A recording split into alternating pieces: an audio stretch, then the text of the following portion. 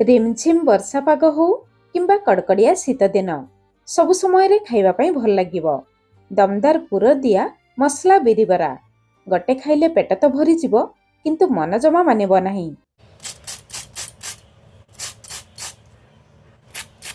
उपरु पूरा क्रिस्पी आ मुसमुसिया रहिबो, भितरे पाउरुटी परी नरम।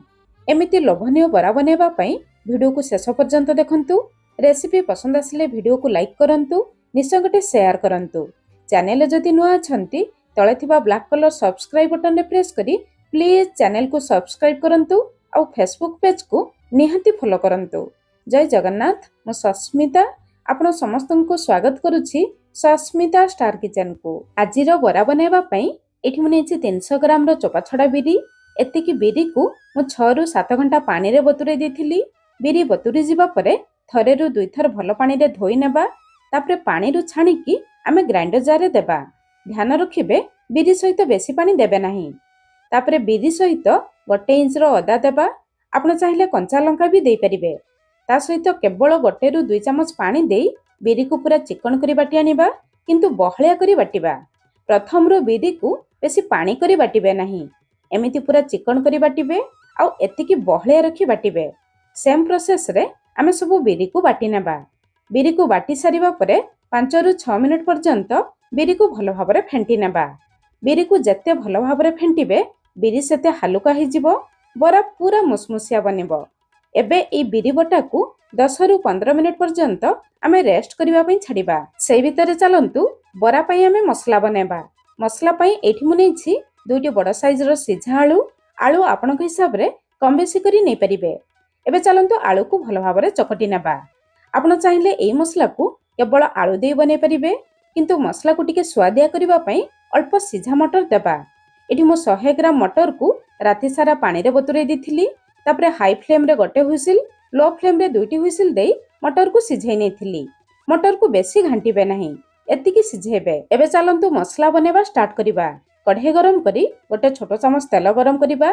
तेल गरम हिजबा परे आधा छोट चमच जीरा, 2टी कंचा लंका देबा। आपण माने जतिके राग खाइबे सेही हिसाब रे कंचा लंका देबे। बेस किछि भृषंग पत्र देबा। भृषंग पत्र निहाती देबे। ए मसला रे बहुत बढ़िया बासना आसीबो। जीरा भृषंग पत्र फुटी जिबा परे गोटे मीडियम साइज रो पियाज देबा।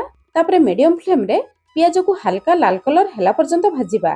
पियाज को बेसी पोड़िबे नाही। पियाज एतिकी लाल कलर हे जिबा परे गोटे बड़ चामच अदा रसुण छेचा देबा। 7-8 टी रसुण आधा इंच रो अदा को मु छेची नेथिली। अदा रसुण पेस्ट देबा अपेक्षा अदा रसुण छेचा देबे। मसला रे बहुत बढ़िया बासना आसीबो। अदा रसुण रो कंचा बासना जिबा पर्यंत मसला सहित कसिबा।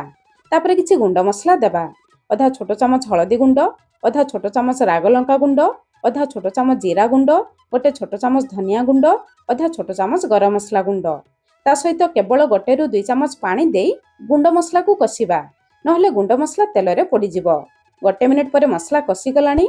एबे आमे सिझेई रखितिबा मटर, चकटी रखितिबा आलू को देबा। तापरे मसला सहित भलो भाबरे कसिबा।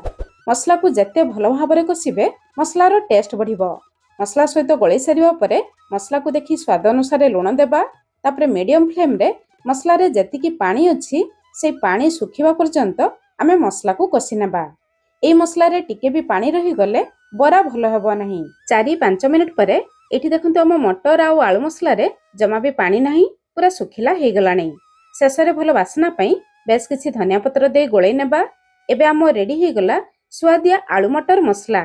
मसला को बाहर को आनी पूरा ठंडा हेबा पई छाडिबा। सेई भितरे चलंतु फेंटी रखितिबा बिरी को चेक करिबा। 10-15 मिनिट परे देखंतु बिरी टिके फुली जाईछि आउ हालुका हे जाईछि। आपण माने बिरी बाटी सारिबा परे 2 रु 3 घंटा रखि परिबे। बिरी टिके फुली जिबा परे बरा बनै परिबे। सेमिति करि परिबे। जदि समय कम थिबो आज जेमिति हमें इंस्टेंट बनेबा सेमिति भी बनै परिबे। तापरे स्वाद अनुसार लूण, गोटे छोट चामच कंचा जीरा, 2टी कंचा लंका देबा। जतिके राग खाइबे सेही हिसाब रे कंचा लंका देबे। तापरे बरा रे बहुत बढ़िया बासना पई बेस किछि धनिया पत्र, अल्प किछि भृषंग पत्र देबा। भृषंग पत्र निहाती देबे, बहुत बढ़िया बासना आसीबो। तापरे बरा रो टेस्ट बढ़ाइबा पई गोटे बड़ साइज रो पियाज देबा। जदि पियाज पसंद करथुबे देबे, नहले देबे नाही। तापरे बरा रो ऊपर अंश को टिके क्रिस्पी करिबा पई 4 बड़ चामच सुजी देबा। सुजी बदल रे आपण माने चावल गुंड देई परिबे। घरे जदि सुजी थिबो देबे, নহলে ଚାଉଳ ଗୁଣ୍ଡ ବି ଦେଇପାରିବେ। ଦୁଇଟି ଭିତରୁ ଯେକୌଣସି ଗୋଟେ ଦେଇପାରିବେ। ତାପରେ ବରାକୁ ଟିକେ ମୁସମୁସିଆ କରିବା ପାଇଁ କେବଳ 2 ପିଞ୍ଚ ଖାଇବା ସୋଡ଼ା ଦେବା, ଜମା ଅଧିକ ଦେବେ ନାହିଁ। ଯଦି ଆପଣମାନେ ବିରି ବାଟି ସାରିବା ପରେ 2 ରୁ 3 ଘଣ୍ଟା ରଖି ବିରିକୁ ଫୁଲେଇ ନେଇଥିବେ ତାହେଲେ ଖାଇବା ସୋଡ଼ା ଦେବା ଦରକାର ନାହିଁ। ଯଦି ଏମିତି ଇନଷ୍ଟାଣ୍ଟ ବନାଉଥିବେ ତାହେଲେ ଅଳ୍ପ ଦେବେ। ତାପରେ ସବୁ ଜିନିଷକୁ 3-4 ମିନିଟ୍ ପର୍ଯ୍ୟନ୍ତ ଭଲ ଭାବରେ ଫେଣ୍ଟି ନେବା। ବିରି ବଟାର କନସିଷ୍ଟେନ୍ସି ଦେଖନ୍ତୁ, ଏତିକି ବହଳିଆ ରଖିବେ। ଏବେ ଚାଲନ୍ତୁ ଆଉ ଗୋଟେ କାମ କରିବା। ଅଳ୍ପ କିଛି ପାଚିଲା ଲଙ୍କା ନହେଲେ କଞ୍ଚା ଲଙ୍କା ବି ନେଇପାରିବେ। ତାପରେ ମଝିରେ ଟିକେ ଜିରା ଲଗେଇବା। ଜିରା ଲଗେଇଦେଲେ ଲଙ୍କା ତେଲରେ ଛାଣିବା ସମୟରେ ତେଲରେ ଆଉ ଫାଟିବ ନାହିଁ। ତାପରେ ସେପଟେ ମସଲାକୁ ଚେକ୍ କରିବା। ମସଲା ବି ଦେଖନ୍ତୁ ଥଣ୍ଡା ହେଇଗଲାଣି। ମସଲାରୁ ଅଳ୍ପ ଅଳ୍ପ ଆଣି ଛୋଟ ଛୋଟ ଟିକି ସେପ୍ରେ ବନେଇବା। ପ୍ରିୟ ଦର୍ଶକ ବନ୍ଧୁ, ଆପଣମାନଙ୍କୁ ଗୋଟେ ଅନୁରୋଧ, ଆଜିର ରେସିପି ପସନ୍ଦ ଆସିଲେ ଭିଡ଼ିଓକୁ ନିହାତି ଗୋଟେ ସେୟାର କରନ୍ତୁ। ଚ୍ୟାନେଲରେ ଯଦି ନୂଆ ଅଛନ୍ତି ପ୍ଲିଜ୍ ଚ୍ୟାନେଲକୁ ସବସ୍କ୍ରାଇବ୍ କରନ୍ତୁ। ପ୍ରଥମେ କିଛି ଟିକି ବନେଇ ନେଲେ ବରା ବନେଇବା ପାଇଁ ସୁବିଧା ହେବ। ଚାଲନ୍ତୁ ବରା ବନେଇବା ଷ୍ଟାର୍ଟ କରିବା।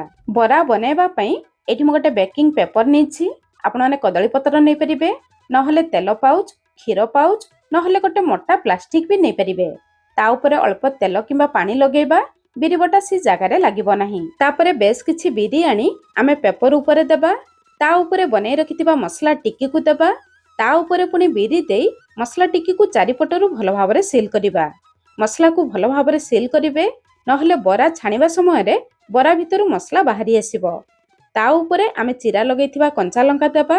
ଏମିତି ଦେଲେ ବରା ଦେଖିବା ପାଇଁ ସୁନ୍ଦର ଲାଗିବ, ତା ଛଡ଼ା ଖାଇବା ସମୟରେ ବହୁତ ବଢ଼ିଆ ଲାଗିବ। ଯଦି ଆପଣମାନେ ଲଙ୍କା ପସନ୍ଦ କରୁନଥିବେ ତାହେଲେ ଦେବେ ନାହିଁ, ସେମିତି ବନେଇବେ। ତାପରେ ବରାକୁ ଏମିତି ଉଠେଇ ଆଣିବା। ବରାକୁ ଛାଣିବା ପାଇଁ ତେଲକୁ ମିଡ଼ିୟମ୍ ହାଇ ଫ୍ଲେମ୍ରେ ଭଲ ଭାବରେ ଗରମ କରିବା। ତେଲ ଗରମ ହେଇଯିବା ପରେ ଆମେ ଗୋଟି ଗୋଟି କରି ବରା ଦେବା। ଯେତିକି ବରା କଢ଼େଇରେ ଧରିବ ସେତିକି ଦେବେ।